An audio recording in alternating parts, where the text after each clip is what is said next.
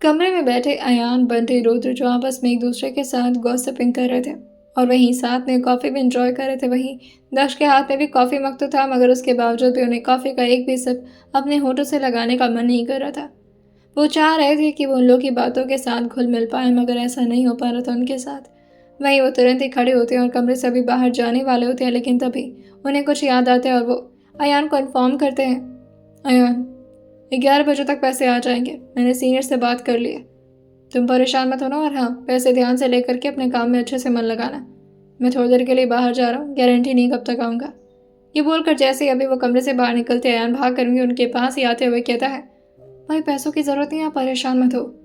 जैसे ही अयान ने बोला था, दक्ष उसको घूरते हुए कहते हैं, परेशान? इसमें परेशानी वाली क्या बात है? और वैसे भी मैं तुम्हारा गार्डियन हूँ और हर एक गार्डियन की रिस्पॉन्सिबिलिटी बनती है कि अगर उनका बच्चा कुछ करना चाहता है तो उसमें उनकी हेल्प करें। वैसे भी तुम्हारी बहुत ज़्यादा हेल्प तो नहीं कर पा रहा हूँ, लेकिन कम से कम पैसों से तो मैं कर ही सकता हूँ ना। मेरे भाई का अगर दिल चाह रहा है कि उसे म्यूज़िक इंडस्ट्री में अपना करियर बनाना है तो I will fully support you, okay. और ये बोलकर वो जैसे ही गाल पर अयान के टैप किए थे, अयान के हाथ को अपने हाथ पर लिए हुए कहता है, भाई लिटरली मुझे ज़रूरत नहीं है। एक्चुअली हम लोगों ने कुछ डिसाइड किया है, हम लोग कुछ यूनिक करना चाह रहे हैं। हमें ज़रूरत नहीं म्यूज़िक प्रोड्यूसर के पास म्यूज़िक लॉन्च करवाने की, और चीज़ों को हम खुद मैनेज कर लेंगे, आप परेशान मत होइए। और उनसे मना कर दीजिएगा पैसे देने के लिए, क्योंकि वाकई हमें पैसों की ज़रूरत नहीं है। मेरे दर्शक कहते हैं, आर यू श्योर? लाइक थोड़ा भी नहीं? रुद्र जो कहता है, अरे यार हम लोग कॉम्बिनेशन में वीडियो बना रहे हैं, डोंट वरी डूड, हम लोग कर लेंगे। और हो सके तो थोड़ा घूम कर आ, शायद तेरा दिमाग थोड़ा बेहतर महसूस करे। ये सुनकर दर्श बस अपने सर को हाँ मिला लिए थे और कॉफ़ी की तरफ देखते हुए वो जाकर के किचन के सिंक में कॉफ़ी को पूरी तरह से पोर कर देते हैं और वहीं कॉफ़ी को रख करके कपड़े बदलने के लिए आ जाते हैं। जैसे ही दर्श गए थे, अयान जो थोड़ा खुश होते हुए कहता है, सही है भाई, बाहर रहेंगे ना तो हम उनकी आवाज़ को अच्छी तरीके से एडिट करके और प्रॉपरली उसके साथ म्यूज़िक दे करके बढ़िया सा वीडियो बनाएंगे। एकदम बैंगर होगा वो वीडियो। मैं तो चाहता हूँ ना कि वो ट्रेंडिंग पर जाए। मुझे ये मौका मिला है और मैं इस मौके को गंवाना नहीं चाहता। और इस गाने से तो हो सकता है मेरी फैमिली दोबारा से जुड़ जाए। ये सुनकर रुद्र जी कहता है, ऐसा ही होगा डूड, परेशान नहीं हो। चले फिर काम करना शुरू करते हैं। अयान अभी अपने हाथ में लैपटॉप को लिया ही था, लेकिन तभी उसे कुछ याद आता है। वो लैपटॉप को दोबारा से टेबल पर रख करके भागकर अपने बैग के पास आते हुए कहता है, एक इम्पॉर्टेंट काम है, एक मिनट रुकना। अभी दक्ष जो अपने कपड़े वगैरह पहनकर तैयार होकर बाहर निकलने वाले होते हैं, लेकिन तभी अयान उनके पास आते हुए कहता है, भाई ये कल जो आपने मांगा था मुझसे, ये बहुत बड़ी अमानत है, मैं इसे अपने साथ नहीं रख सकता, प्लीज़ आप इसे अपने पास रखो। और ईश्वरी भाभी की माने तो हम क्यों ना इसे पूजा स्थान पर रख दें। जैसे ही दक्ष ने उस मंगलसूत्र को देखा था जो कि उनके मॉम का था, वो थोड़ा सा इमोशनल हो जाते हैं और उस मंगलसूत्र को अपने हाथ में लेते हुए अयान से कहते हैं, मैं रख दूंगा, तुम जाओ। वह मंगलसूत्र देख करके उनके अपनी मॉम की तो याद आई थी, लेकिन उसके साथ किसी और की भी। ये ईश्वरी का ही तो आइडिया था कि अगर इस घर में कोई नहीं है बड़ा तो क्या हुआ, हम अपने बड़ों की चीज़ें तो रख सकते हैं, वो भी पूजा वाले स्थान पर।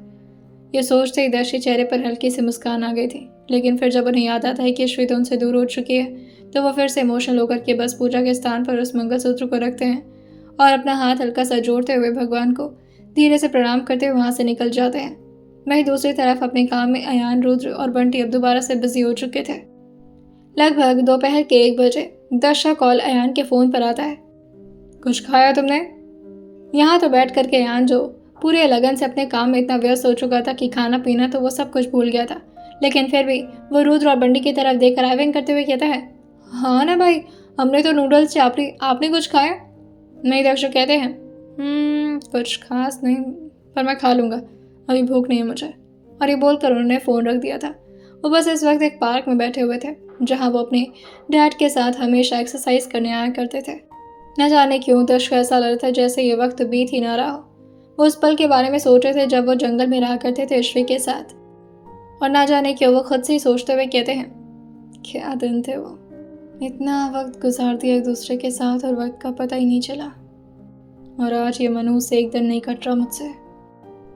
तभी उनके सामने कुछ बच्चे जो कि अपने पेरेंट्स के साथ आए हुए थे, जिन्हें देखकर दक्ष बस मुस्कुरा ही रहे थे, क्योंकि वो सारा बचपना दक्ष को अपनी और अपने मॉम डैड की याद दिला रहा था।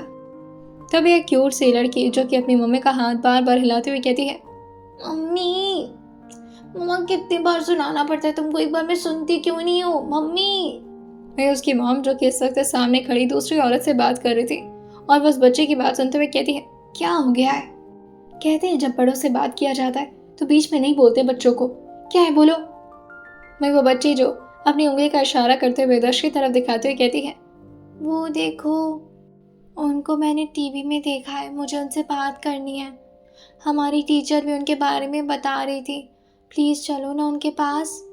लेकिन तभी वो औरत जो दर्श की तरफ देखते हुए कहती है, इसकी कोई ज़रूरत नहीं है, चलो यहाँ से। और मैं तुम्हें यहाँ पर बच्चों के साथ खिलाने के लिए लाई हूँ, इस तरह से बड़े अंकल के पास नहीं जाना, समझी? मैं जा रही हूँ आंटी लोग के साथ, तुम लोग यहाँ पर खेलते रहना। और फिर वो उसी लड़की के एक दोस्त से कहती है, तुम ध्यान रखना इसका, ये इधर उधर ना भागे, समझे हर्ष? वो लड़का अपना सर बस हाँ में हिला दिया था। वहीं वो औरत तो चली गई थी। ये सब कुछ दर्श बहुत ही ध्यान से देख रहे थे। जैसे उस लड़की की मम्मी जाती है, वो भाग करके दर्श के सामने आती है और अपना हाथ आगे बढ़ाते हुए कहती है, हाय, माय नेम इज साक्षी, आपका नाम क्या है? जैसे दर्श ने उस लड़की को देखा था, न जाने क्यों दर्श की आंखें जो पूरी तरह से नम हो गई थी, उनके चेहरे पर एक बड़ी सी स्माइल तो आ गई थी, लेकिन उसके साथ ही वो बस उस लड़की को देखते रह जाते हैं। उस लड़की ने अपने हाथ को दोबारा से आगे बढ़ाया ताकि वो दर्श को नोटिस करा पाए कि वो उससे हाथ मिलाना चाह रही है। दर्श ने भी बस अपने बड़े से हाथ को ले जा करके उस छोटी सी लड़की पर रख दिया था और धीरे से कहते हैं, हेलो, मेरा नाम विद्युत है, प्यार से लोग मुझे दक्ष बुलाते हैं। वो लड़की जो आकर के दर्श के बगल में बैठते हुए कहती है, मैं आपके बगल में बैठ जाऊं? दर्श उसकी बातों को सुनकर थोड़ा सा मुस्कुराते हुए कहते हैं, वैसे तुम तो बैठ चुकी हो, मैं मना करूंगा तो नहीं बैठोगी? वो लड़की अपना चेहरा ना मिलाते हुए कहती है, अब तो मैं बैठ गई हूँ, अब नहीं उतरूंगी। आपको पता है, मेरे स्कूल में सब आपके बारे में बात कर रहे थे। आप कमांडो है ना? मेरे स्कूल के खड़ूस से प्रिंसिपल है, वो भी आपकी तारीफ कर रहे थे। ये सुनकर दर्शो उसके सर पर हाथ रखते हुए कहते हैं, वैसे तुम भी न्यूज़ देखती हो? मैं वो लड़की जो कहती है, नहीं मैं नहीं देखती, वो लड़का मुझे सारा न्यूज़ बताता है, वो जो मुझे घूर रहा है और इधर ही आ रहा है भागकर, आप मुझे बचा लेना उससे, वो बहुत परेशान करता है मुझे। वो लड़का जो थोड़ा बड़ा था उस लड़की से, और वो आकर के दर्श की तरफ देखते हुए कहता है, क्या बात कर रहे हैं इससे? और तुम साक्षी, चलो यहाँ से। लेकिन तभी वो लड़की जो अपना सर ना मिलाते हुए कहती है, नहीं मुझे इनसे बात करनी है, तुम जाओ यहाँ से, तुम्हें तो फुटबॉल ही खेलना अपने दोस्तों के साथ, तो मुझे टाइम भी नहीं देते। मैं वो लड़का जो कहता है, तो तुम्हारी तरह क्या करूँ, बैठ कर बातें करूँ? मुझे नहीं आता आंटियों की तरह बकवास करना, चलो तुम। जैसे उस लड़के ने साक्षी का हाथ को जोर से पकड़ा था, दर्श उसको समझाते हुए कहते हैं, बेटा वेरी बैड मैनर, उसको दर्द हो रहा है, इतने जोर से मत पकड़ो। तभी वो लड़का जो दर्श की तरफ अपनी उंगली दिखाते हुए कहता है, ओ हीरो, ये मेरी आइटम है और इसे दर्द नहीं होता, ये बहुत स्ट्रांग है। ये सुनकर के दर्श मुस्कुराते हुए बस अपने होठों पर उंगली रख दिए थे और फिर साक्षी की तरफ देखकर धीरे से कहते हैं, ये तो बहुत अकड़ू है। साक्षी जो कहती है, आप प्लीज इसे थोड़ा सा मार दो ना, ये मुझे बहुत परेशान करता है। और उन दोनों को देख करके दर्श को अपना बचपना याद आ रहा था। वो खुद को और ज़्यादा रोक नहीं पाते और अपने पॉकेट से फ़ोन निकाल कर ईश्वर के नंबर को डायल करने वाले थे, लेकिन फिर उनके हाथ जो कि एकदम से रुक गए थे और अपने आप से ही कहते हैं, थोड़ा स्पेस देना ज़रूरी है तुम्हें। ऐसा नहीं कि मैं तुम्हें मिस नहीं कर रहा, पर मैं तुम्हें परेशान नहीं करना चाहता ईश्वरी। वहीं दूसरी तरफ माथुर हाउस में अभी भी मातम ही छाया हुआ था। सब लोग के चेहरे पर बस 12 बजे हुए थे। इस तरह से ताने ईश्वरी को नहीं देखना पसंद करती थी। ईश्वरी जो बहुत ही ज़्यादा कूद फाद तो नहीं मचाया करती थी, लेकिन हाँ, वो बहुत ही ज़्यादा खुश रहने में विश्वास रखती थी। और इस तरह उसे निराश देखकर तान्या जो अचानक ही उसके बाजू को पकड़कर खड़ा करते हुए कहती है, आंटी मैं इसको बाहर लेकर जा रही हूँ, इसी तरह से घर में रहेगी तो पागल हो जाएगी ये लड़की। लेकिन ईश्वरी अपना हाथ छुड़ाते हुए कहती है, कोई ज़रूरत नहीं है बाहर जाने की, और फिर मॉम के साथ भी तो किसी को रहना ज़रूरी है ना, मैं माँ के साथ ठीक हूँ, तुम जाओ। ये सुनकर तान्या जो कहती है, आंटी आप ही बोलिए ना इसको, ये बहुत ज़्यादा स्ट्रेस ले रही है, ऐसे तो बहुत ही ज़्यादा परेशान हो जाएगी। अर्चना जी भी इस वक्त अपनी नम आंखों से ईश्वरी की तरफ देख कर कहती हैं, तुम इस तरह से परेशान होगी तो तुम्हारे पापा को अच्छा नहीं लगेगा बेटा। जैसे ही अर्चना जी ने पापा का नाम लिया था, ईश्वरी तुरंत ही जाकर के अर्चना जी को जोर से गले लगाकर फूट फूट कर दोबारा से रोना शुरू कर देती है।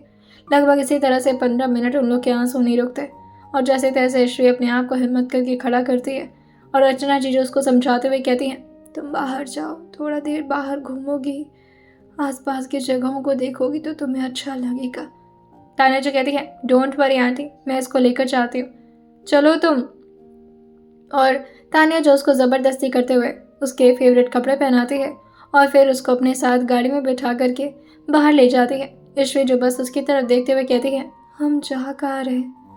तान्या जो अपने फ़ोन की तरफ हल्का सा स्माइल करके देखते हुए कहती है, बहुत ही अच्छी जगह। एक्चुअली हुआ कुछ यूँ था कि रुद्र ने तान्या को इन्फॉर्म कर दिया था कि इस वक्त दक्ष कहाँ पर है। बंटी ने ही दक्ष की लोकेशन को ट्रेस किया था और अयान के कहने पर रुद्र जो तुरंत ही तान्या से कहता है, उसे किसी भी हालत में गार्डन में लेकर जाओ। जब दक्ष और ईश्वी एक दूसरे के आमने सामने आएंगे तो ज़रूर वो दोनों एक दूसरे से बात किए बिना नहीं रह पाएंगे। इसी प्लानिंग के साथ ही तान्या ईश्वी को उसी गार्डन में लेकर जा रही थी जहाँ पर इस वक्त दक्ष मौजूद थे। थोड़ी देर बाद गाड़ी रुकती है और अब वो दोनों पार्क के अंदर आ चुके थे। वहीं ईश्वी जो तान्या का हाथ पकड़े हुए कहती है, यहाँ पर क्यों लाई हो तुम मुझे? तुम्हें पता है ना, यहाँ से पुरानी यादें जुड़ी हैं मेरी। तान्या ये सुनकर थोड़ा खुश होते हुए कहती है, यही तो अच्छा है ना, कम से कम तुम्हारी पुरानी यादें शायद तुम्हें थोड़ा बहुत खुश कर पाएं, क्योंकि जिस तरह से तुम अपने मुंह रुआसे की तरह बना रखी हो ना, मुझे ये देख करके बहुत गुस्सा आ रहा है तुम पर। तान्या की निगाहें तो बस दक्ष को ढूंढ रही थी कि आखिर दक्ष बैठा कहाँ है, लेकिन तभी अचानक ही ईश्वी के हाथ जो कि तान्या के हाथों में कसने लगे थे, जिसे तान्या थोड़ा सा आउच करते हुए कहती है, क्या कर रही हो ईश्वी, आउच। ईश्वी जो अपने ठीक सामने देखते हुए कहती है, मुझे जरा भी उम्मीद नहीं थी ये सारे मर्द एक जैसे होते। मुझे तो लगा था कि मेरे वाले फिक्शनल कैरेक्टर है, मगर नहीं, मैं गलत थी। ये सुनकर जैसे ही तान्या ने ईश्वी की नज़र को फॉलो किया था, इस वक्त दक्ष जो कि एक लड़की से बातें करते हुए थोड़ा स्माइल कर रहे थे। ये स्माइल तो वैसे फॉर्मल थी, लेकिन उसके बावजूद भी स्माइल तो थी ना, जिसे देखते हुए ईश्वी अपने चेहरे को तुरंत ही तान्या की तरफ घुमाते हुए कहती है, तुम मुझे यहाँ क्यों लेकर आई हो? तान्या जब अपने सर पर मारते हुए कहती है, बेड़ा गर्क हो गया, ये कौन सी चुड़ैल आ गई। इस वक्त दक्ष के साथ कोई और नहीं बल्कि डॉक्टर सर भी बैठी थी, जिसने ईश्वी की प्रेगनेंसी को डिटेक्ट किया था। तान्या जो ईश्वी से कहती है, तुम इतना गुस्सा क्यों कर रही हो ईश्वी? ईश्वी जो कहती है, तुम पागल तो नहीं हो गई हो? वो शख्स किसी और लड़की के साथ मुस्कुरा कर बातें कर रहा है, वो भी तब जब मुझे उनकी सबसे ज्यादा जरूरत है। और तुम कह रही हो कि मैं गुस्सा क्यों कर रही हूँ? मेरे तो दिन ही खराब चल रहे, मैं क्यों आ गई यहाँ पर? ये बोलते ही जैसे ईश्वी अभी पीछे की तरफ मुड़ी थी, तान्या उसको रोकते हुए कहती है, तुमने खुद दक्ष को अपने आप से दूर किया है। दक्ष तुमसे दूर नहीं जा रहा था, तुमने बोला है उसे अपने आप से दूर जाने के लिए, और क्या कहा था, कभी मत आइएगा वापस। मुझे लगा था कि तुम वाकई में दक्ष को वापस नहीं चाहती अपनी ज़िंदगी में, पर ऐसा है क्या कि तुम उनसे एक्सपेक्ट कर रही हो कि वो तुम्हें आ करके मनाएंगे? ये सुनकर ईश्वी जो कहती है, हर औरत इसी उम्मीद पर गुस्सा होती है कि उसका पति उसे आकर मनाएगा, मगर नहीं, मेरे हस्बैंड ऐसे नहीं है। मेरे हस्बैंड बिल्कुल भी फिक्शनल नहीं है। एक बार उन्हें सोचना तो चाहिए था कि मैंने गुस्से में बोल दिया था। ये सुनकर तान्या जो कहती है, तुमने गुस्से में जो भी कुछ बोला था दक्ष, वो सब कुछ सुनकर रह गया था, लेकिन तुमने खुद मुझे रोते रोते आज सुबह बताया कि तुमने क्या कुछ नहीं कहा है दक्ष को, कि वो तुम्हारे पापा की तरह तुम्हें लाइफस्टाइल नहीं दे सकते। तुम्हें पता है ईश्वी, एक मर्द के लिए सबसे ज़्यादा शर्मनाक बात यही होती है कि उसकी बीवी उससे खुश नहीं है, और वो वजह कुछ भी हो सकती है। तुमने पैसे की वजह दे करके दक्ष को बहुत तकलीफ दिया है, और तकलीफ नहीं बल्कि दक्ष अब तुम्हारे सामने आने से उसे गिल्ट महसूस होती होगी। उसे लगता होगा कि वो तुम्हारे लिए परफेक्ट नहीं है, और इस वजह से शायद वो कभी भी तुम्हारे सामने नहीं आना चाहेगा। वो नहीं चाहता कि वो तुम्हें तकलीफ में देखे, और ऐसा नहीं कि वो तुम्हें मिस नहीं कर रहा होगा, ज़रूर कर रहा होगा, मगर ये फीलिंग्स वो किसी से शेयर नहीं कर सकता। ये सुनकर ईश्वी जो कहती है, हाँ तो उस चुड़ैल से कर रहे हैं, क्योंकि उन्हें मेरी याद आ रही है तो वो किसी और लड़की से बात करना शुरू कर दिए।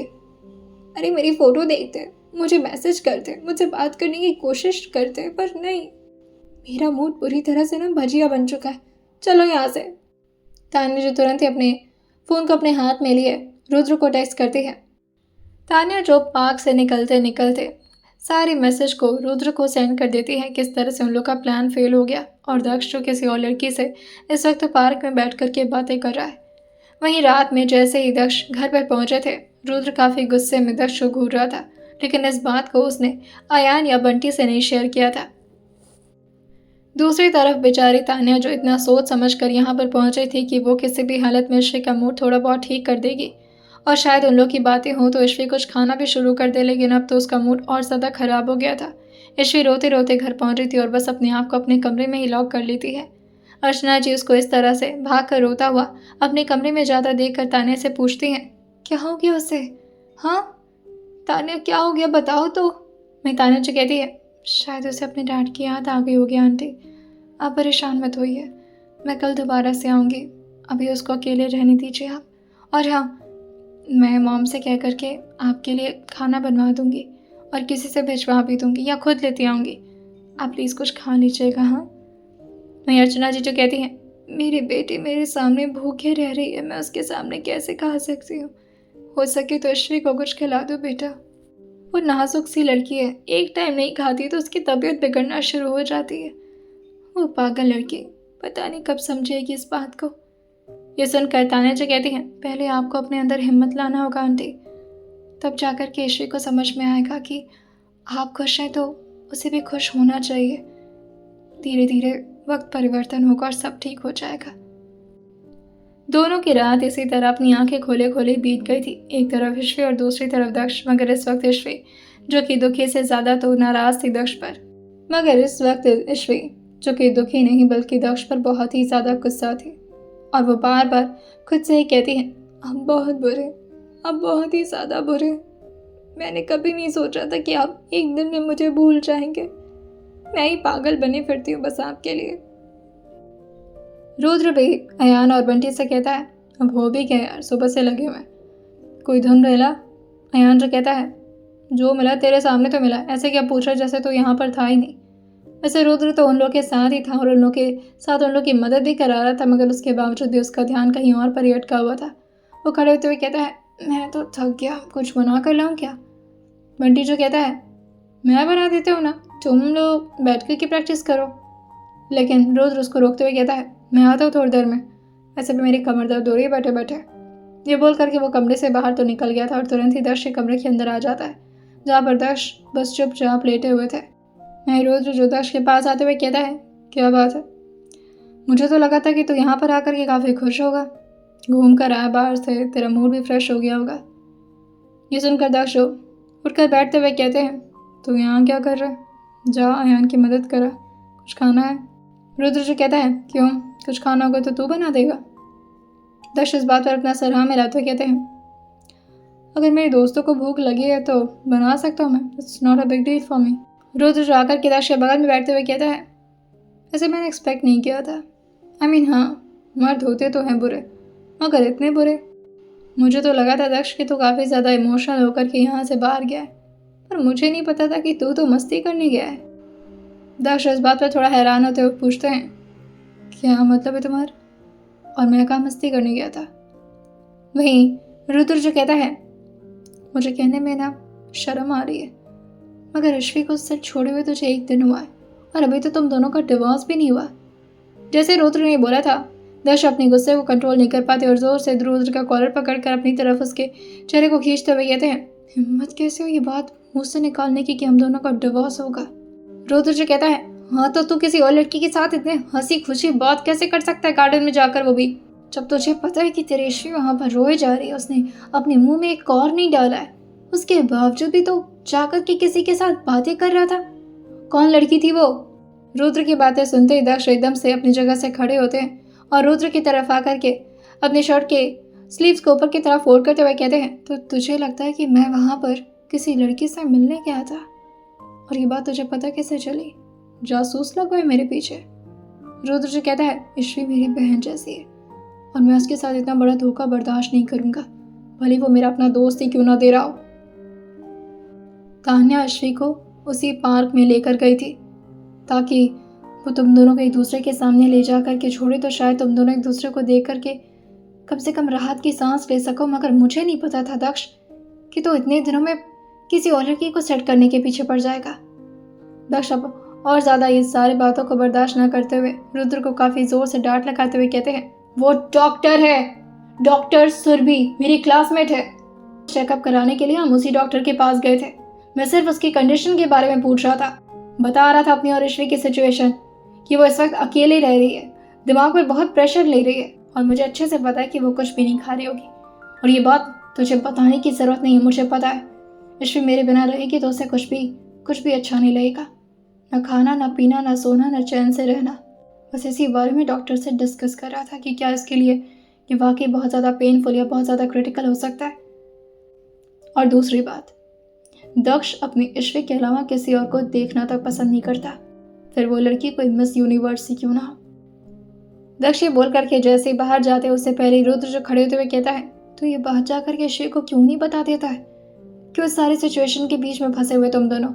आपस में एक दूसरे के इतना प्यार है कि दोनों एक दूसरे के बिना जी नहीं सकते हो, लेकिन हाँ, दोनों को एक दूसरे के बिना रहना है, और वो भी इतने गुस्से में रहना है कि एक दूसरे से फोन पर भी बात नहीं कर रहे। दक्ष अपने फोन को अपने हाथ में लेते हुए कहते हैं, मैं उसे कॉल नहीं कर सकता। उसने बोला है मुझे कि मैं दूर रहूं उससे, और मैं नहीं चाहता कि मैं उसे अपने साथ रख कर और परेशान करूं। शायद उसे जिस चीज़ की ज़रूरत है वो लाइफ में उसे नहीं दे सकता, और वो लाइफ उसे अपने घर पर रहकर मिलेगी। वो जहाँ रहे खुश रहे, मैं बस इतना चाहता हूँ। मेरे साथ रहे ये ज़रूरी नहीं है रुद्र। दक्ष की बातों ने रुद्र को बिल्कुल शांत कर दिया था। अब उसके मुंह से एक शब्द नहीं निकल रहे थे। वो बस चुपचाप अपनी गलतियों का एहसास करते हुए अपने चेहरे को नीचे झुका लेता है। और वहीं दक्ष, जो कि अब अपने टेरेस पर आ चुके थे, ठंडी ठंडी हवाओं को महसूस करते हुए बस वो अपने इमोशन को जैसे तैसे अपने गले में भरे कंट्रोल कर रहे थे। ये एक एक दिन दक्ष के लिए काटना कितना मुश्किल हो रहा था ये सिर्फ वही समझ पा रहे थे।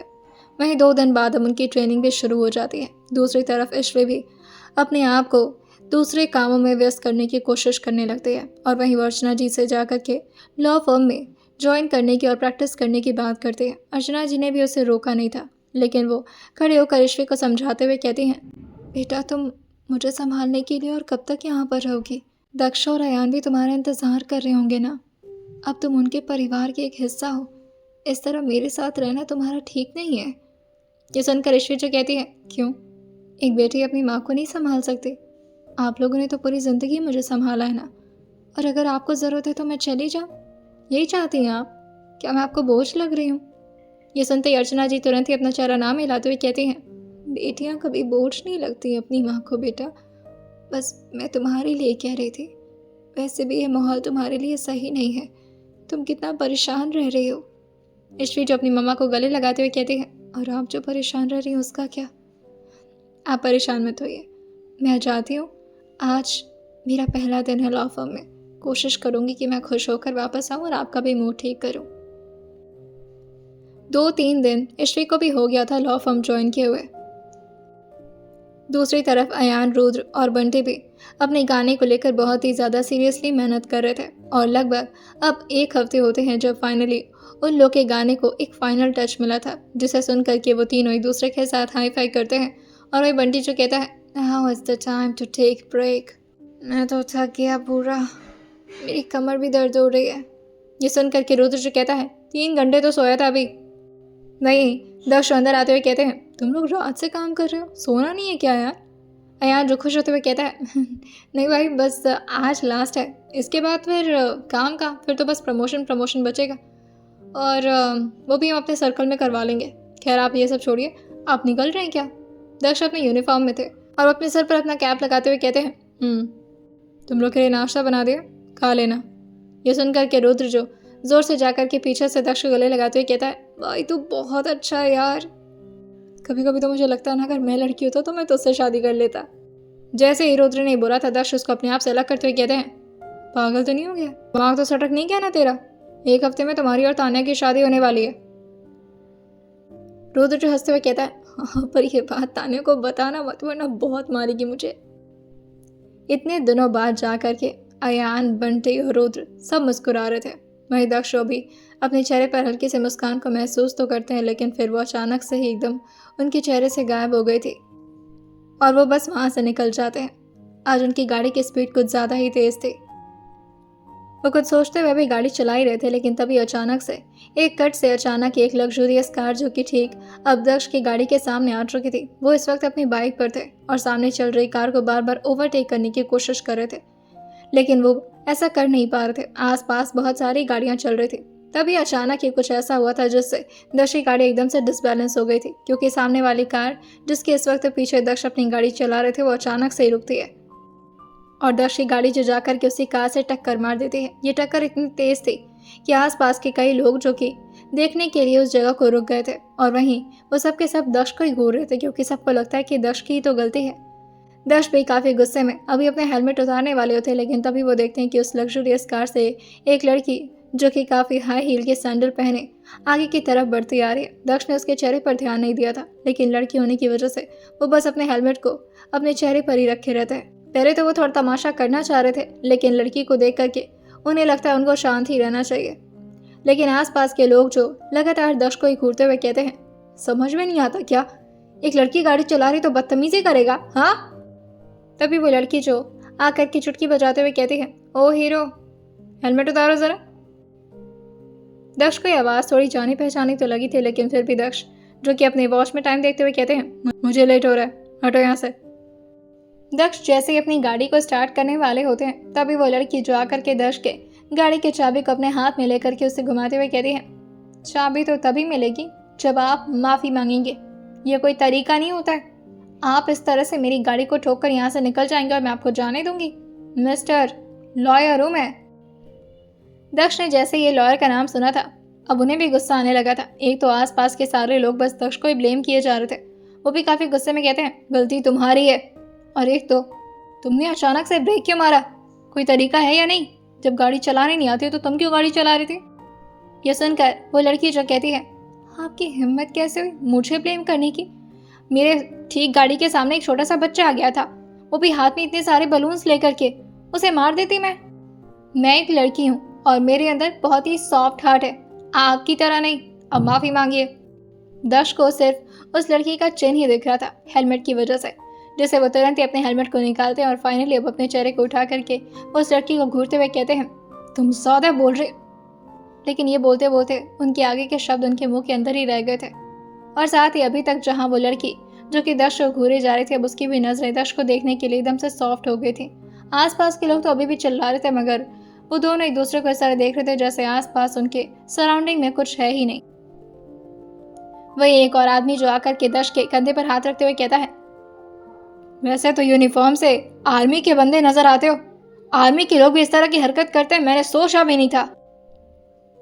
दूसरा आदमी भी अभी उस आदमी को सपोर्ट करते हुए आता, लेकिन तभी वो लड़की जो उन सबको रोकते हुए कहती है, आप लोग जाइए, मेरा मैटर है, मैं खुद सुलझा लूंगी, आप लोग की मदद के लिए थैंक्स। लेकिन तभी एक लड़का जाते हुए कहता है, अरे परेशान क्यों होती हो, मैं देखता हूँ ना इसको, आर्मी का है, दमदार है, लेकिन इसका मतलब ये थोड़ी ना मेरी लड़की देखे नहीं कि उसकी गाड़ी को ठोकना शुरू। ऐसे लोग बहुत ही बदतमीज किस्म के लोग होते हैं। और वो फाइनली सबको शांत कराते हुए वहाँ से भेज तो दी थी, अब बारी उसके खुद जाने की थी, लेकिन उसका तो दिल ही नहीं चाह रहा था कि वो यहाँ से जाए।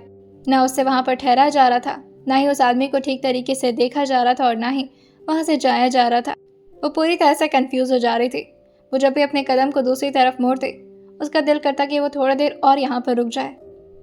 वही दक्ष जो उसको जाता हुआ देखकर कहते हैं, एक्सक्यूज मी, सॉरी नहीं बोल पाओगी तुम मुझसे? तभी वो लड़की जो पीछे मुड़ते हुए कहती है, नहीं, कोई ज़रूरत नहीं मुझे आपके सॉरी की, आपके सॉरी के बिना भी जिंदा रह सकती हूँ, मैं सांस ले रही हूँ, जिंदा हूँ, खुश हूँ, और आगे भी अपनी ज़िंदगी इसी तरह से गुजार लूँगी।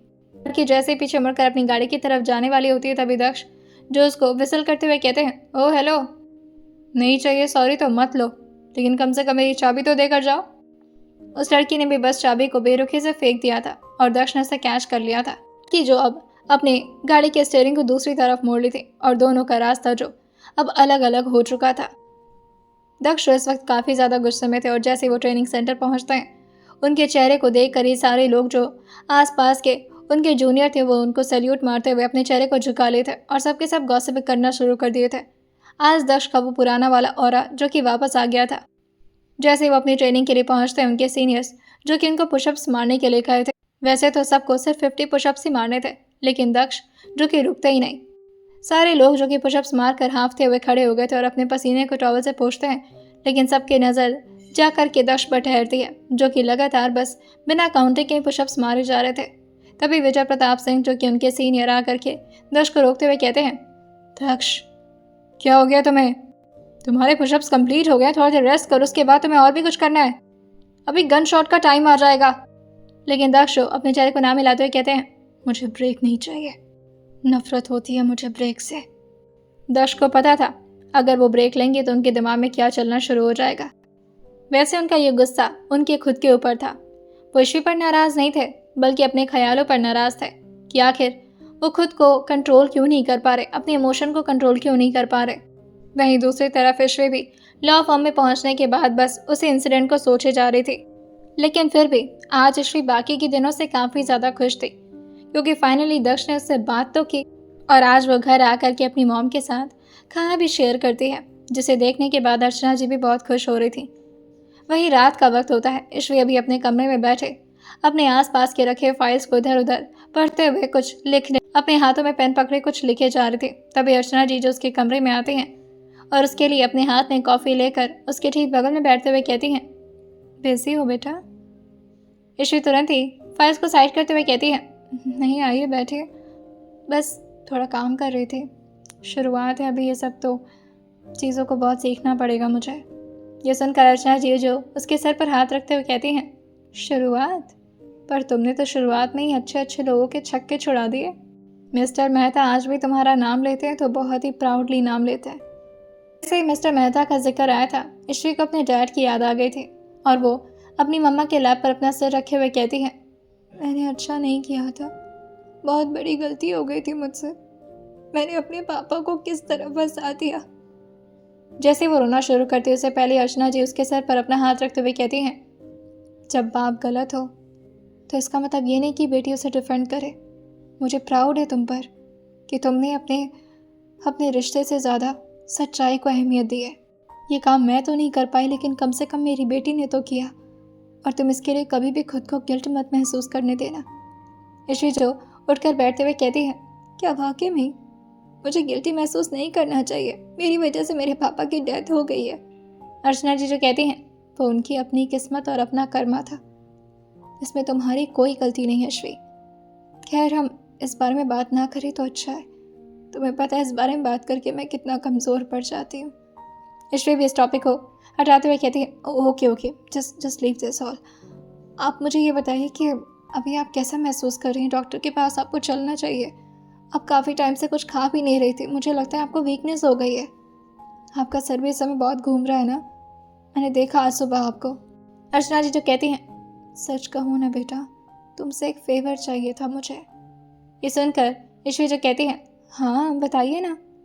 वहीं तभी तान्या भी अंदर आते हुए कहती हैं, हाँ आंटी, वैसे भी मुझे लगता है कि इसके बारे में आपको ईश्वी से ही बात करनी चाहिए। वैसे मैं तो बात कर लूँगी रुद्र से, और रुद्र भी बात कर लेगा अपने दोस्त से, मगर उसके बावजूद भी अभी इसमें ईश्वी का सजेशन सबसे ज़्यादा मैटर करता है। वहीं अर्चना जी जो कहती हैं, हाँ वैसे बात तो सही कह रही हो तान्या, इसलिए मैंने सोचा कि इससे पूछ लूँ। ईश्वी जो क्यूरियस होते हुए कहती है, 1 मिनट, क्या बात चल रही है यहाँ पर, मुझे भी कोई बताएगा? तान्या जी कहती है, आंटी को थोड़ा माहौल चेंज करना है, उन्हें यहाँ रहने का मन नहीं हो रहा। ये सुनकर ईश्वी जो कहती है, ओह तो कहाँ जाना है आपको? हरिद्वार? ये सुनकर अर्चना जी जो कहती हैं, अब इतनी भी बुढ़ी नहीं हुई मैं कि हरिद्वार ही भेज दो मुझे। ये सुनकर ईश्वी जो हंसते हुए कहती हैं, मुझे पता है माँ, पर आप जाना कहाँ चाहती हैं माहौल चेंज करने के लिए? क्या आपको घूमने के लिए कश्मीर जाना है? यह सुनकर ही अर्चना जी जो कहती हैं, नहीं, मुझे अपनी बेटी के घर जाना है, इस घर से अलग। तुम्हारे और दक्ष के साथ रहूँगी तो मुझे अच्छा लगेगा। ईश्वी ने जैसे ये सुना था वो एकदम से अपने सर को रब करते हुए कहती है,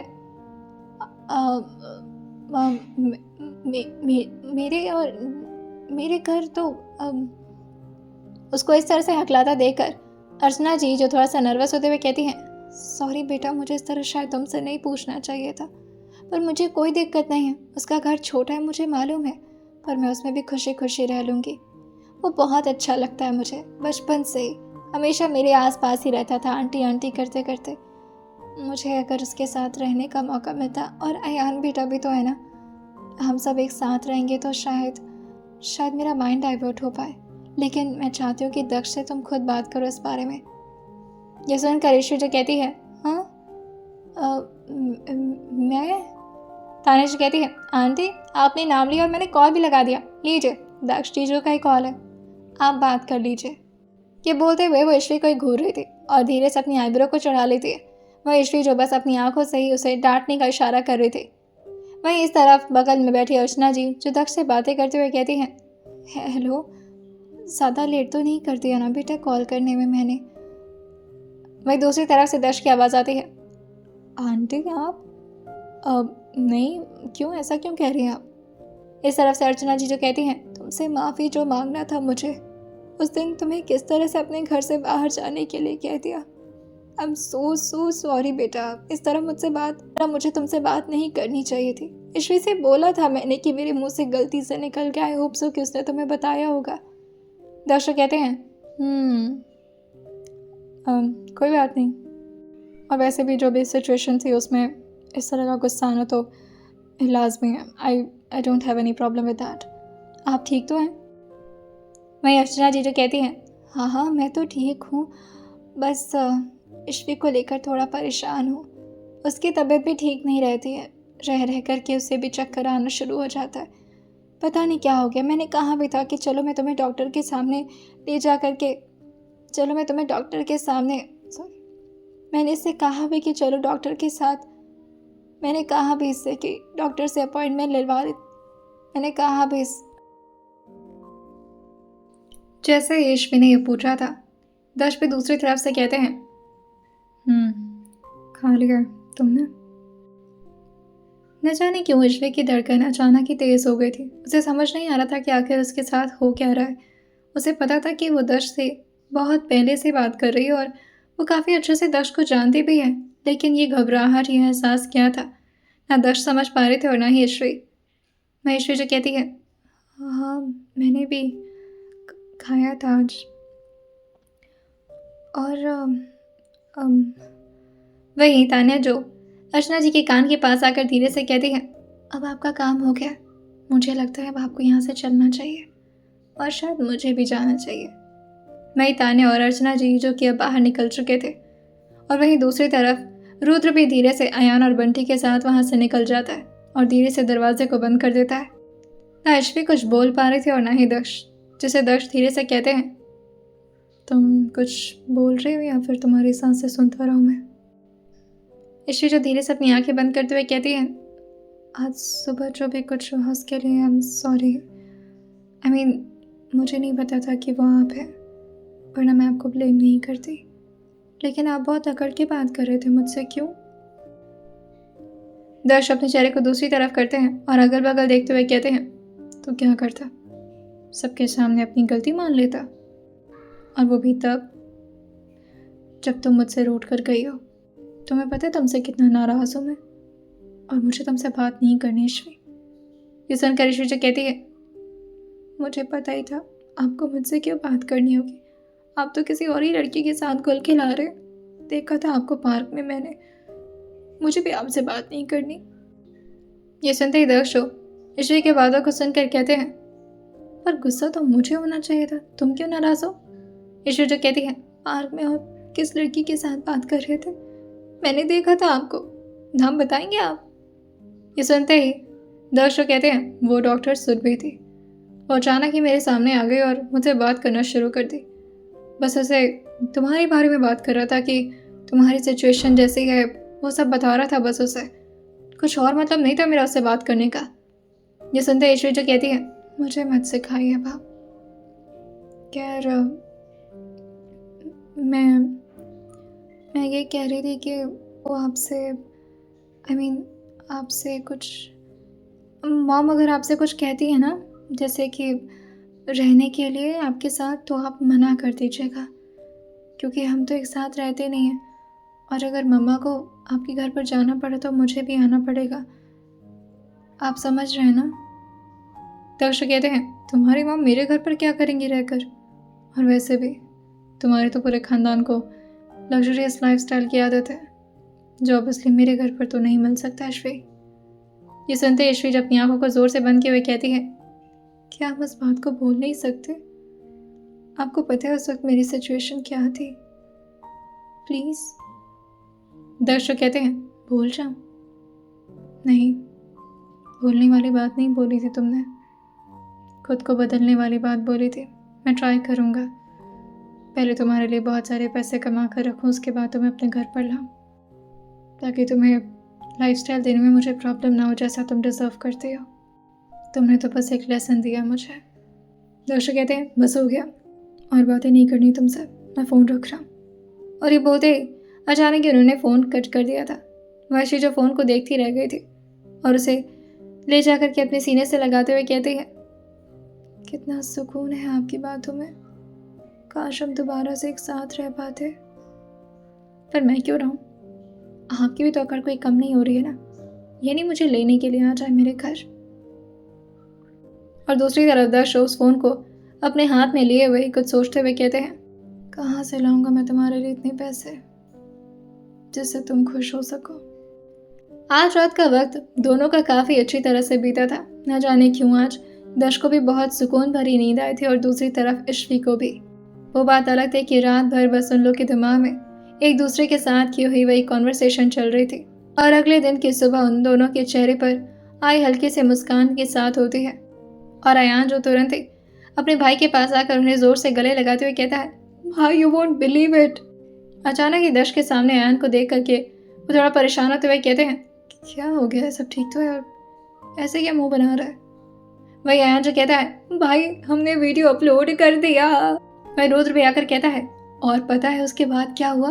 वो दोनों डांस कर रहे थे, तभी बंटी भी उन दोनों को ज्वाइन करते हुए कहता है, हुआ ये है कि वो गाना लोगों को पसंद आ रहा है। और उस गाने का नाम पता है क्या भाई? वही दर्शक कहते हैं, क्या? अयान जो कहता है, आप गेस नहीं कर सकते, लेकिन सिचुएशन बहुत ही ज्यादा सूट कर रहा है, हार्ट ब्रेक।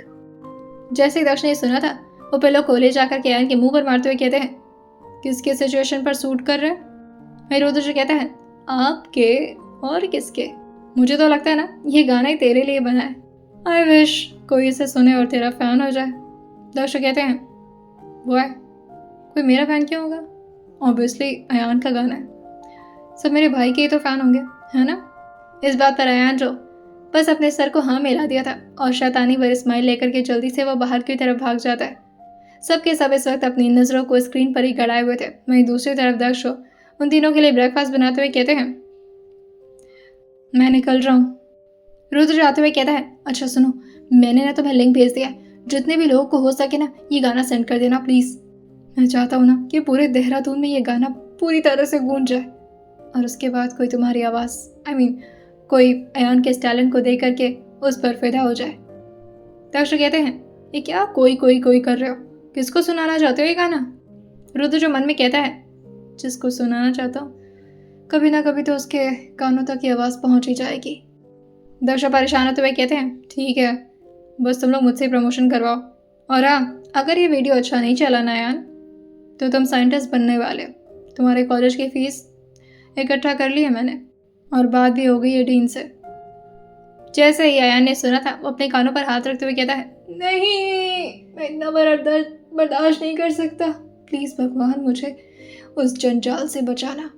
बंटी को तो उन सब ने बस स्क्रीन के सामने ही बैठाया हुआ था। इवन वो बेचारा अपने हाथ से खाना तक नहीं खा पा रहा था। उसके हाथ जो कि बस इस वक्त सबको रिप्लाई देने में लगे हुए थे।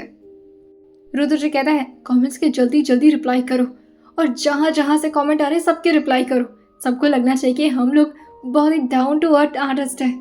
अच्छा सुनो, कवर पेज पर मेरा चेहरा तो अच्छा है ना? जैसे यार ने सुना था वो तुरंत अपने चेहरे को बंटी की तरफ घुमाता है और ऐसा प्रिटेंड करता है कि उसने तो रुद्र की बात ही नहीं सुनी है। जिससे रुद्र उसके कंधे पर टैप करते हुए कहता है, ओए मैंने बहुत मेहनत की है बे, सारी गाने की एडिटिंग मैंने की, वॉइस एडिटिंग मैंने की, और उसके साथ तेरा ये जो गिटार जो पोपो तू बजा रहा है ना उसके लिए ऐप भी मैंने डिसाइड किया था, वरना तुझे पूरे इंस्ट्रूमेंट्स लेने पड़ते। वही सुन करके अयान जो कहता है, बहुत मेहनत की है ना बंटी, बहुत मेहनत की है तूने रुद्र। वही रुद्र जो कहता है, तो मेरा नाम तो है ना, एक कवर पेज पर मेरा नाम नहीं है क्या? बंटी जो कहता है, only name yours, actually cover page पर सिर्फ दक्ष की फोटो है। जैसे ही रुद्र ने सुना था वो थोड़ा सा हैरान तो होता है, लेकिन उसके साथ ही थोड़ा खुश होते हुए उन दोनों को धक्का देते हुए कहता है, हट हट हट, इस साले तुम लोग तो मुझे तो कवर पेज भी नहीं दिखाए, कितने कुत्ते हो यार। तभी उसके मुंह में आयन जो नूडल्स डालते हुए कहता है, शुभ शुभ बोलो, बस इसी तरह से व्यूज आते रहे। अरे यार घंटों में ना, तुम्हें पता है कहीं कहीं 1000 व्यूज बढ़ रहे हैं। आई विश यार, आई विश ये गाना चल जाए बस। वही रोज जो कहता है, बहुत बड़ी सर्कल है मेरी, डोंट वरी, हर जगह वायरल होगा ये गाना। वही बंटी जो कहता है, ओह कम ऑन डूड, इस गाने को वायरल कराने का सबसे बड़ा क्रेडिट मुझे जाता है। सबके पास ये गाना अगर कोई भेज रहा है तो मैं भेज रहा हूँ। You don't know about IT hacker.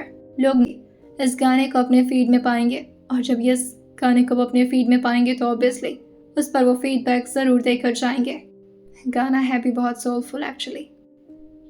आज का दिन तो अयान, रुद्र और बंटी का इसी तरह से गुजरने वाला था।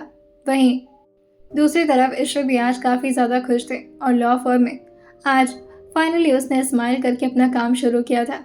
आशीष भी उसके साथ ही काम किया करता था, और उसे इस तरह खुश होता देख करके वो उसके साथ लंच ब्रेक में आते हुए कहता है, कैफेटेरिया चलोगे मेरे साथ। ईश्वरी आशीष की तरह देखते हुए कहती है, एक्चुअली मैं चलना तो चाहती हूँ, पर अभी थोड़ा सा काम है मुझे, मैं थोड़ी देर में आऊँ। आशीष अपना सराह में लाते हुए कहता है, मैं वेट कर रहा हूँ। और आज दक्ष का भी मूड सबको काफ़ी अच्छा लगता है, और ये देख करके सबसे ज़्यादा खुश उनके अपने सीनियर्स हो रहे थे। थोड़ी देर में ईश्वरी भी अपना काम खत्म करके कैफेटेरिया में पहुंचती है, जहाँ आशीष अपने हाथ में लिए फ़ोन की तरफ देखते हुए कहता है, वाओ दैट्स नाइस। यह सुनते ईश्वरी जो कहती है, क्या हुआ। वो अपने एक ईयर प्लग को निकाल करके ईश्वरी के कानों में लगाते हुए कहता है, तुम भी सुनो, you would definitely like it. वह ईश्वरी जो अपने हाथ में लिए फोन को इधर उधर घुमाते हुए कहती है, पर यह है कि अचानक ही धुन के साथ कुछ आवाज़ें उसके कानों में पहुंचना शुरू हुई थी, और तभी सामने बैठा वो आशीष जो कि ईश्वरी की तरफ देखकर कहता है, ये गाना देहरादून का है, हमारे इलाके से किसी ने पोस्ट किया है, सही लग रहा है नहीं। जैसे ईश्वरी ने उस आवाज़ को सुना था, वो एकदम से अपने फोक को अपने हाथ से छोड़ देती है जो कि जाकर के नीचे गिरा था, और झटके से खड़ी होती है और तुरंत ही ईयरबड्स को अपने कानों से निकाल कर आशीष को थमाते हुए कहती है, ये किसने कहा ये। वही ये सुन करके आशीष तो थोड़ा घबराते हुए कहता है, क्या हुआ, तुम ठीक तो हो ना, अचानक से क्या हो गया तुम्हें। वही ईश्वरी कहती है, एक मिनट, इस गाने का नाम क्या है। जैसे ईश्वरी कवर पेज को देखी थी, वो एक ब्लैक इमेज था जिसे देख करके कोई ये नहीं पहचान सकता था कि वो किसका चेहरा है, लेकिन बस ईश्वरी के दिमाग में बस आज पूरा टाइम यही चल रहा था कि आखिर वो आवाज़ थी किसकी, क्योंकि वो गाना उसका सिर्फ कुछ ही लाइन ईश्वरी ने सुन करके महसूस कर लिया था कि ये आवाज़ तो किसी ऐसे शख्स की है जिसको वो जानती है, लेकिन वो विश्वास नहीं कर पा रहे थे कि ये दक्ष की आवाज़ हो सकती है। जो पहली और दूसरी लाइन उसने दक्ष की सुनी थी, वही उसको इतना ज़्यादा इमोशनल कर रहा था और बार बार उसके दिमाग में घूमा जा रहा था कि रह करके उसके हाथ तक कांपना शुरू कर दिए थे। उसे समझ में नहीं आ रहा था कि आखिर वो इतना इमोशनल हो क्यों रही है, लेकिन उसे न जाने क्यों उस आवाज़ से बहुत ही ज़्यादा जुड़ाव महसूस हो रहा था। वो अपने सीनियर लॉयर जिसके अंडर में वो प्रैक्टिस कर रही थी, उनसे लीव मांगती है, और तुरंत ही अब वो अपने घर के लिए लौट चुकी थी। शाम तक घर पहुंचने के बाद फाइनली ईश्वरी जो हिम्मत करते हुए गहरी सांस भरती है और अपने लैपटॉप में उसी गाने को सर्च करती है। दूसरी तरफ से रुद्र जो तान्या को फ़ोन करते हुए कहता है, हो कहाँ तुम, कब से कॉल कर रहा हूँ, उठा ही नहीं रही हो। वही तान्या जो कहती है, आवाज़ सुन रही थी, वैसे तुम लोग की मेहनत रंग लाई है। मेरे से भी जितना हो पाया उतना शेयर कर दिया मैंने, अब देखो रात तक कितने व्यूज़ मिलते हैं। वही सुनकर, लेकिन तभी तान्या की बात सुनकर रुद्र जो उसको बीच में इंटरप्ट करते हुए कहता है, इस बार बात व्यूज़ की नहीं है, बात है कि ये गाना ईश्वरी तक पहुंचा या नहीं। किसी भी हालत में मैं दक्ष और ईश्वरी को एक साथ देखना चाहता हूँ यार। तान्या जो कहती है, बात तो सही है, दोनों कितने रूखे सूखे से लग रहे हैं। ईश्वरी भी बहुत परेशान रहती है, लेकिन हाँ बस अब शायद उसे अपने दर्द में रहने की आदत हो गई है। पहले वो जितना ज़्यादा उछल कूद के साथ मस्ती क्या करती थी, अब बिल्कुल शांत पड़ गई है। फिर मैं चेक करती हूँ, अगर उसने नहीं सुना होगा ना तो उसे ज़बरदस्ती सुनाऊंगी। मैं रुद्र कहता है, लेकिन उसे पता नहीं चलना चाहिए कि यह हम लोग की प्लानिंग है। उसे लगना चाहिए कि कोइंसिडेंटली उसे ये आवाज़ मिली है, और जब वो उसे फाइनली सुने तब जाकर के शायद उसे दक्ष का प्यार रियलाइज होगा। Just go and do it. जैसे ही तान्या अभी अर्चना जी के घर पर पहुंची थी, वो देखती है कि इस वक्त पूरे घर में सन्नाटा है। अर्चना जी जो कि अपने कमरे में बैठे अपने हस्बैंड की तस्वीर को देख करके न जाने क्यों अपने आप से ही बातें किए जा रहे थे और उनकी आंखें जो पूरी तरह से नम थी। जैसे तान्या उनको इस हालत में देखी थी, वो इस वक्त उनको स्पेस देते हुए वहां से निकल गई थी और फाइनल ईश्वी के कमरे में पहुंचती है, जहाँ पर इस वक्त ईश्वी जो कि काफ़ी ज़ोर ज़ोर से रोए जा रही थी और उसके ठीक सामने उसका लैपटॉप था जिसमें वही गाना बज रहा था जिसे अयान, रुद्र और बंटी ईश्वी तक पहुंचाना चाहते थे। जैसे तान्या सुनी थी, वो ऊपर की तरफ देखते हुए कहती है, भगवान, आपने पहली बार मेरा कोई अच्छा काम किया, थैंक यू सो मच। और वो पीछे से जाकर ईश्वी को जोर से हक करते हुए कहती है, तू ठीक तो है ना? ईश्वी से जोर जोर से रोते हुए कहती है, तान्या, वो ये आवाज़ उनकी है ना? मुझे मुझे पक्का पता है कि आवाज़ उनकी है। मैंने क्या कर दिया उनके साथ? वो कितनी तकलीफ में है ना। कल बात किया तो जाहिर नहीं किया उन्होंने, पर वो वाकई बहुत तकलीफ में है। ऐसा लग रहा है आवाज़ सुनकर कि वो रोना चाहते हैं मगर वो रो नहीं पा रहे। मुझसे बहुत बड़ी गलती हो गई तान्या, मुझे उन्हें सॉरी बोलना है। उन्हें फ़ोन लगाओ, मैं अभी उनसे बात करती हूँ।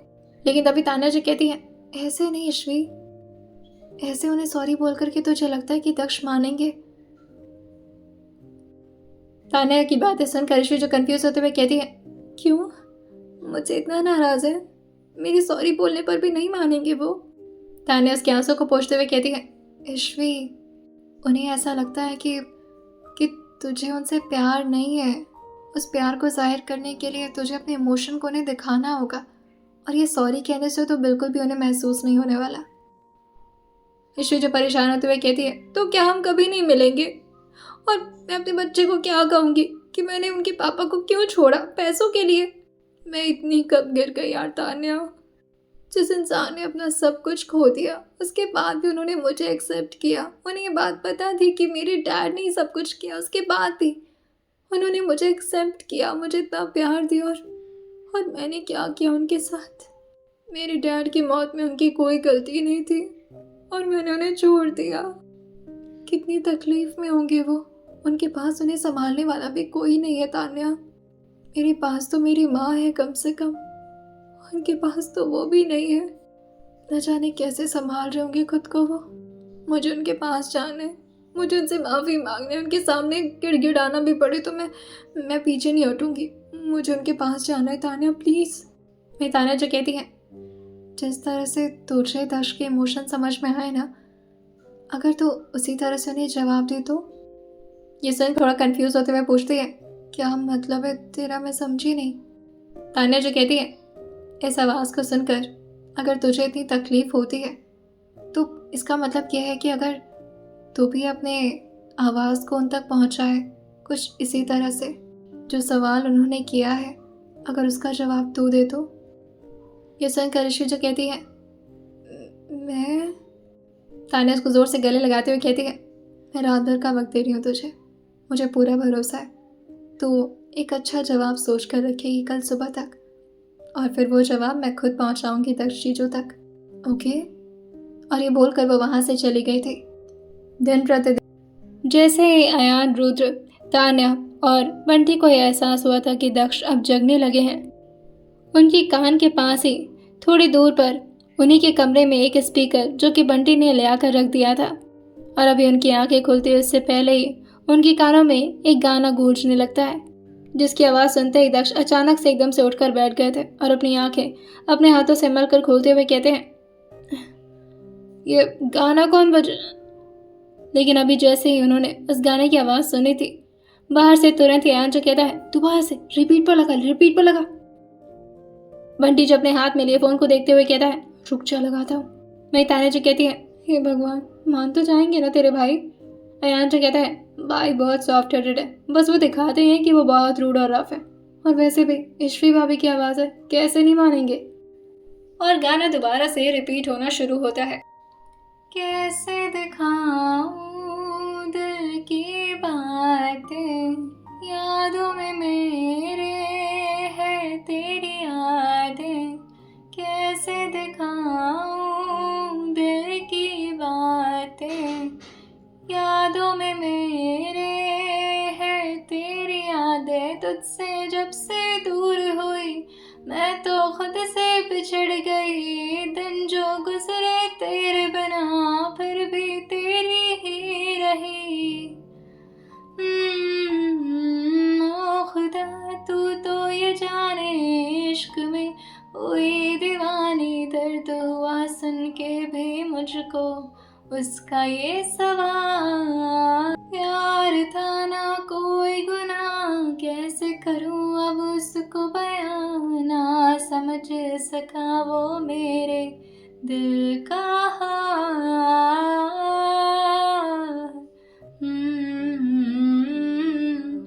हाँ, हाँ।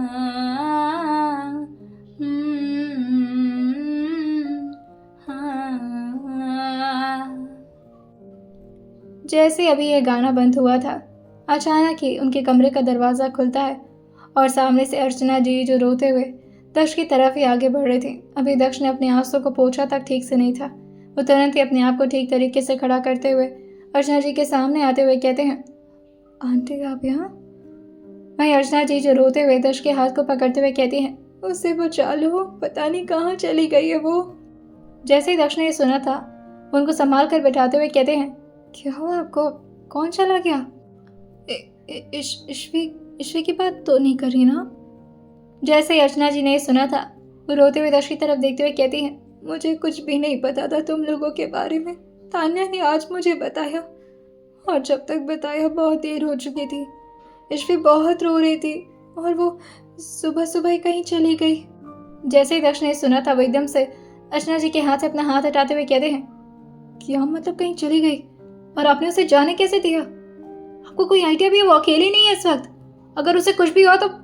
नहीं, उसे कुछ नहीं होगा। आप बताइए मुझे, कहाँ कुछ बताया उसने? अर्चना जी जो कहती हैं, नहीं, बस वो रो ही जा रही थी और शायद वो बहुत दुखी थी। ऐसा लग रहा था रात भर सोई भी नहीं है, उसकी आंखें सूजी हुई थी। बस उसने मुझसे कहा कि मुझे थोड़ा देर अकेले रहना है, मैं बाहर हवा खाने जा रही हूँ। और मैं 1 घंटे बाद बाहर आकर देखी, उसे पूरे घर में ढूंढ मारी, वो कहीं नहीं थी। उसने एक छोटे से कागज में ये लिख कर दिया तुम्हें। अब तुम्हें दिया या किसे दिया ये तो नहीं पता, मगर मुझे लगा कि तुम्हें ये दिखाना चाहिए। अब तो उसके पापा नहीं है जो उसे ढूंढने में मदद करा सकते हैं। तुम्हारे अलावा ईश्वी को और कोई नहीं ढूंढ सकता। दक्ष, मुझे मेरी बच्ची वापस दे दो, उसे कुछ होना नहीं चाहिए। उसके अलावा अब मेरी जिंदगी में और कोई नहीं बचा। दक्ष अर्चना जी की तरफ देखते हुए कहते हैं, मैं उसे कुछ नहीं होने दूंगा।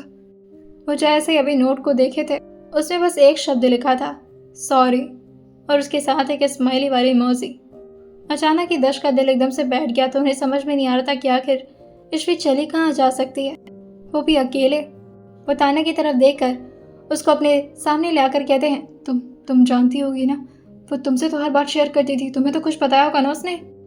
तान्या भी इस वक्त जेन्युइनली रो रही थी। ऐसा नहीं था कि ये कोई उसके प्लान में शामिल कोई ऐसी बात थी। वो दक्ष से कहती है, नहीं पता, वाकई उसने कुछ भी नहीं बताया मुझे। मैंने उससे कहा था कि वो कल तुम्हारा गाना सुनी थी दक्ष, लेकिन उसके बाद अचानक ही वो बहुत ज़्यादा निराश हो गई थी। मैंने बोला था कि तुम रात में उसका जवाब लिख कर वो शायद तुम्हें तुम्हारे सवालों का जवाब देना चाहती होगी। वहीं तान्या की बातें सुनकर दक्ष थोड़ा हैरान हो गए थे और कंफ्यूज होते हुए पूछते हैं, जवाब?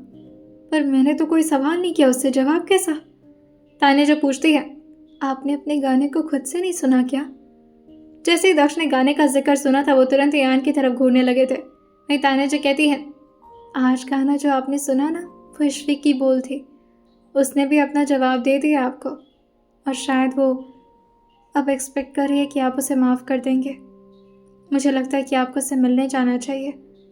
ये सुनकर दक्ष यान की तरफ घूरते हुए कहते हैं, मैंने तुम लोगों के लिए गाना क्या गाया? तुम लोगों ने तो। अयान जो कहता है, सॉरी भाई, पर आपकी आवाज़ के आगे मन नहीं किया कि मैं अपनी आवाज़ दूँ। वो बहुत ही परफेक्ट लगी मुझे। सॉरी, आपसे बिना पूछे मैंने। मगर इस वक्त दक्ष के पास अयान की बातों को सुनने का ज़रा भी वक्त नहीं था। वो एक भी पल ज़ाया नहीं करना चाहते थे। उन्हें जल्द से जल्द ईश्वी को जो ढूंढना था।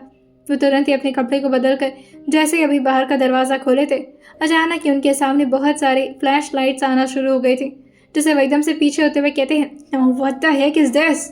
तभी रुद्र जो कहता है, अब तो तू फेमस हो गया है ना, क्या है ना, वो कवर पेज पर तेरे ही फ़ोटोज़ थे और पब्लिक को वो फ़ोटो समझ नहीं आ रहे थे, तो हमने अलग से फ़ोटो लगा दी तेरी। अब सबको पता चल चुका है कि वो गाना तूने दिया है, तो सब लोग को चेहरा तो देखने का मन करेगा ना तेरा। शायद इंटरव्यू भी लेना चाहते होंगे कुछ लोग तुझसे। दर्श रुद्र को कॉलर पकड़ते हुए कहते हैं, अगर तुम लोगों की वजह से मेरी श्री को कुछ हुआ ना तो किसी को नहीं छोड़ूंगा मैं। वही वंडी जो कहता है, डोंट वरी, तुम मेरे पीछे पीछे आना, मैं तुम्हें कवर करूंगा। चलो गाइस, कवर देते हैं। वो रुद्र अयान को अपने साथ लेकर आता है और वहीं दर्शो जैसे तैसे करके मीडिया से बचने की कोशिश कर रहे थे, लेकिन बहुत सारे सवाल जो तब भी उन्हें सुनाई दे ही जाते हैं। सर, आपको कहाँ से मिली इंस्पिरेशन? आखिर किसके लिए लिखा है आपने गाना? क्या आपकी ज़िंदगी में इतना तकलीफ है जो आपने इतना हार्टफुल और इतना हार्ट ब्रेक गाना लिखा? इस गाने का नाम आपने हार्ट ब्रेक क्यों दिया? क्या आपका भी दिल टूटा है? ये सारी बातें सुन करके दर्श एकदम से परेशान हो गए थे और बस एक बार सारे लोग को घूरते हैं और कुछ भी बोल नहीं पाते, क्योंकि इस वक्त तो कोई उनको सुनना नहीं चाह रहा था। सिर्फ उनको लोग कैप्चर करने की कोशिश कर रहे थे। दर्श के पास भी इस वक्त सुनाने के लिए कुछ भी नहीं था। उन्हें जल्द से जल्द अपने अश्वी को ढूंढने के लिए जाना था। वो जैसे ही गाड़ी को ऑन करते हैं, सारे मीडियाज जो उनके पीछे पीछे भागने की कोशिश तो किए थे, मगर इसका कोई फायदा नहीं हो पाता। जंगल के अंदर पहुंचने के बाद तुरंत ही वो गाड़ी को स्टैंड पर लगा दिए थे, क्योंकि ऑब्वियसली जंगल के बहुत ज़्यादा अंदर गाड़ी को ले जाना पॉसिबल नहीं हो पाता और वो बस आगे की तरफ दौड़े जा रहे थे। और तब तक वो दौड़ते जब तक उनके ठीक सामने सुल्तान आकर नहीं खड़ा हो गया था।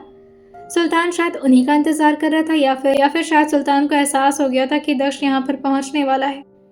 अचानक से सुल्तान को अपने उसी अड्डे के पास देखकर दर्श हल्का सा मुस्कुराते हैं और फिर पूछते हैं, अश्वी को देखा तुमने? सुल्तान ने बस दक्ष को अपने ऊपर बैठने का इशारा कर दिया था। दक्ष तुरंत ही उसके ऊपर बैठते हैं और सुल्तान अब अपने सफ़र पर निकल चुका था ताकि वो दक्ष को ईश्वी से मिलवा सके। और ये वही रास्ता था जहाँ पर दक्ष पहले भी आ चुके थे ईश्वी के साथ। लगभग 5 मिनट के अंदर ही अब फाइनली सुल्तान ने दक्ष को एक जगह पर ले आकर रोक दिया था। दक्ष जैसे ही उतरे थे, उन्हें ठीक सामने बड़े से पत्थर पर बैठी एक लड़की नजर आती है, जिसने इस वक्त व्हाइट कलर का फ्रॉक सूट पहन रखा था और उसके ठीक बगल में एक क्रोकोडाइल भी, जो ईश्वी की बातों को सुनते हुए बस अपने सर को इधर उधर किए जा रही थी। और ये हालत देख करके दक्ष कहते हैं, इतनी स्ट्रांग हो गई, सूफी के साथ बैठकर गप्पे लड़ा रही हो।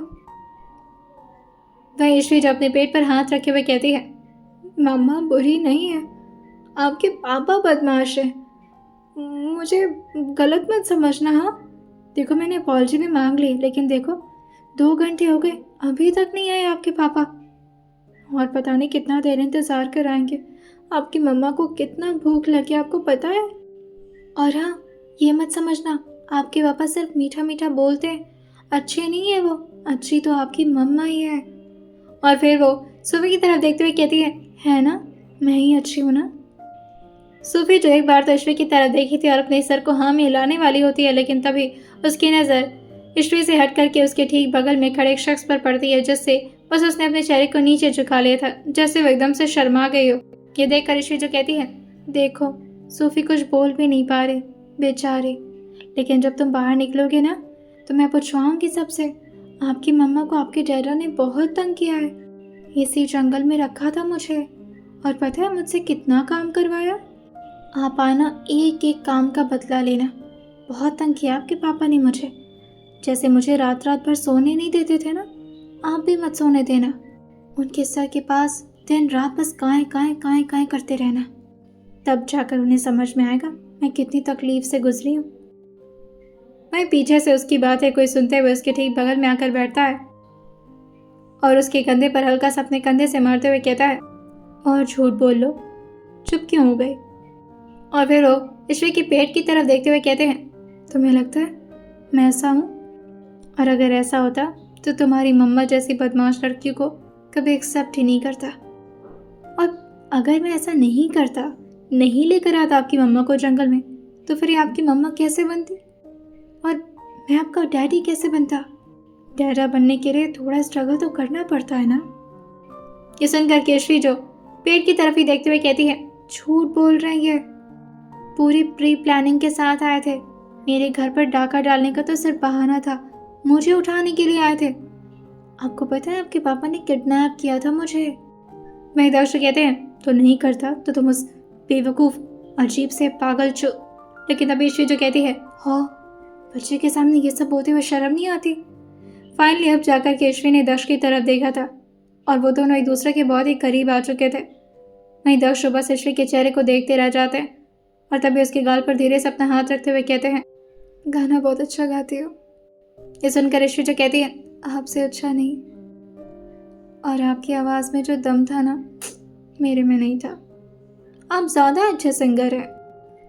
दक्ष उसके कंधे पर हाथ रखते हुए कहते हैं, मुझे सिर्फ अच्छा पति बनना है और कुछ भी नहीं। महेश्वरी जो कहती है, कमांडो भी नहीं बनना, मिस्टर कमांडो। दक्ष अपने चेहरे को नाम मिलाते हुए कहते हैं, बहुत दे दी अपनी ज़िंदगी, इस दुनिया को, इस देश को, लोगों को, अब सिर्फ तुम्हें देना है। मैं ये सुनकर तुरंत ईश्वी उनके होठों पर हाथ रखते हुए कहती है, मुझे आपकी ज़िंदगी नहीं चाहिए, बस आपका भरोसा चाहिए, और फिलहाल तो माफ़ी चाहिए आपसे, मैंने जो भी कुछ उस दिन कहा था। मैं दक्ष हो ईश्वी के चेहरे के और करीब आते हैं और फिर वो हल्का सा अपने गर्दन को टिल्ट करके सूफी की तरफ देखते हुए कहते हैं, सूफी, क्लोज योर आइज। मैं जो कहती वो आगे कुछ समझ पाती उससे पहले ही दक्ष ने उसके होठों पर अपने होठ को रख दिया था और सूफी शर्मा करके अपने चेहरे को दूसरी तरफ कर लेती है। वहीं सुल्तान ने भी अपने चेहरे को घुमा लिया था। तभी उन्हें कुछ अजीब सी आवाज़ सुनाई देती है जिससे ईश्वी धीरे से दक्ष के होठों से अलग होते हुए धीरे से पूछती है, ये आवाज़ कैसी? मैं दक्ष कहते हैं, फिलहाल तो मुझ पर फोकस करो, घर चलोगी? ये सुनकर ईश्वी जो तुरंत ही अपने आंसू को पोंछते हुए कहती है, आप ले चलेंगे दोबारा से वैसे ही जैसे पहली बार लेकर गए थे। दक्ष उसको गले लगाते हुए कहते हैं, मैं तो कब से बेचैन हूँ तुम्हें अपने पास रखने के लिए, तुम्हें पता है ना तुम्हारे बिना अच्छा नहीं लगता मुझे। ये सुनकर ईश्वी जो कहती है, इसीलिए क्लासरूम में हमेशा डस्टर के बहाने आया करते थे ना, कभी चौक चाहिए, कभी डस्टर चाहिए, कभी टीचर का पेन चाहिए, और हमेशा मेरी क्लास में आते थे। ये सुनकर दर्शक कहते हैं, सोचो जब क्लासरूम में तुम्हारे बिना नहीं रह पाता था तो अब तुम्हारी शादी हो गई है, अब कैसे रह सकता हूँ। मैं ईश्वी जो अपना हाथ देते हुए कहती है, फिर लेकर चलिए मुझे भी आपके साथ रहना है। मैं दर्शक कहते हैं, पर अब हम ज़्यादा रोमांस नहीं कर पाएंगे। ये सुनकर ईश्वी जो कहती है, क्यों? दर्शक तो खड़े हो गए थे और वहीं ईश्वी को भी अच्छे से खड़ा करके उसके कपड़े को ठीक करते हुए कहते हैं, क्योंकि आंटी जी भी अब हमारे साथ रहेंगी ना, तो अब हम ज़्यादा चिपका चिपकी करेंगे तो आवाज़ जाएगी ना बाहर, क्योंकि उनका रूम हमारे रूम के ठीक बगल में ही होगा। ईश्वी जो कहती है, ओह नो, पर कोई बात नहीं ना, 9 महीने तो वैसे भी कुछ नहीं कर सकते। आवाज़ आती है जैसे कोई खांस रहा हो, और जैसे ही दक्ष और ईश्वी उस तरफ देखे थे, अचानक ही दोबारा से फ्लैश लाइट्स आना शुरू हो गई थी। दक्ष तुरंत ही अपने चेहरे को कवर करते हैं और साथ ही ईश्वी के भी, और फिर से थोड़ी तेज आवाज़ में कहते हैं, अब क्या हो रहा है ये? तभी अयान जो सबको रोकते हुए कहता है, बस बस बस, हो गया, जो चाहिए था मिल गया, चलो यहाँ से। और वह सबको भेज दिया था। वहीं अब अयान, रुद्र, बंटी, तान्या और उसके साथ अर्चना जी खड़ी थी। जैसे ही दक्ष ने सबको देखा था वो एकदम से हैरान होते हुए कहते हैं, आप लोग यहाँ क्या कर रहे हैं? और आंटी आप? वहीं अर्चना जी जो थोड़ा आगे बढ़ते हुए कहती हैं, अभी भी मुझे आंटी बुलाओगे? तुम्हें क्या लगता है ईश्वी की माँ हूँ, एक्टिंग में उससे कम रहूँगी भला? मैं ये सुनकर के ईश्वी ने बस अपने मुंह को अपने हाथों से ढक लिया था। दक्ष हैरान होते हुए कहते हैं, तो ये सब आप लोग की प्लानिंग थी? माय गुडनेस, ये बहुत बुरी बात है, मैं बहुत ज़्यादा परेशान हो गया था। और ये कैमरा वगैरह ये सब क्या था? वही अंजू कहता है, कवर पेज चाहिए था भाई। अब आप दोनों के वर्जन को एक साथ मैशअप में डालने के लिए कवर पेज को चेंज करके दोनों का वर्जन तो देना पड़ेगा ना, तो मैंने सोचा क्यों ना किसिंग सीन वो भी इस बैकग्राउंड के साथ हो जाए तो मज़ा ही आ जाए। बस इसी वजह से। दक्ष ईश्वी की तरह देखते हुए कहते हैं, तुम भी इसमें शामिल थी? ईश्वी जो अपना सर नाम हिलाते हुए कहती है, नाम? मैं तो मासूम हूँ, मैं थोड़ी ना जानती हूँ एक्टिंग करना। दक्ष उसको जोर से गले लगाते हुए कहते हैं, बस आने दो मेरे बच्चे को, मिलकर इतना तंग करूँगा ना तुम्हें। और इसी तरह से इस कहानी की होती है हैप्पी एंडिंग। बहुत बहुत शुक्रिया इस कहानी को इतना प्यार देने के लिए, और आगे इसी तरह की और भी एंटरटेनिंग कहानियों को सुनने के लिए बने रहिए स्टोरी विद सौम्या चैनल के साथ। वीडियो में तब तक के लिए bye, take care, love you all.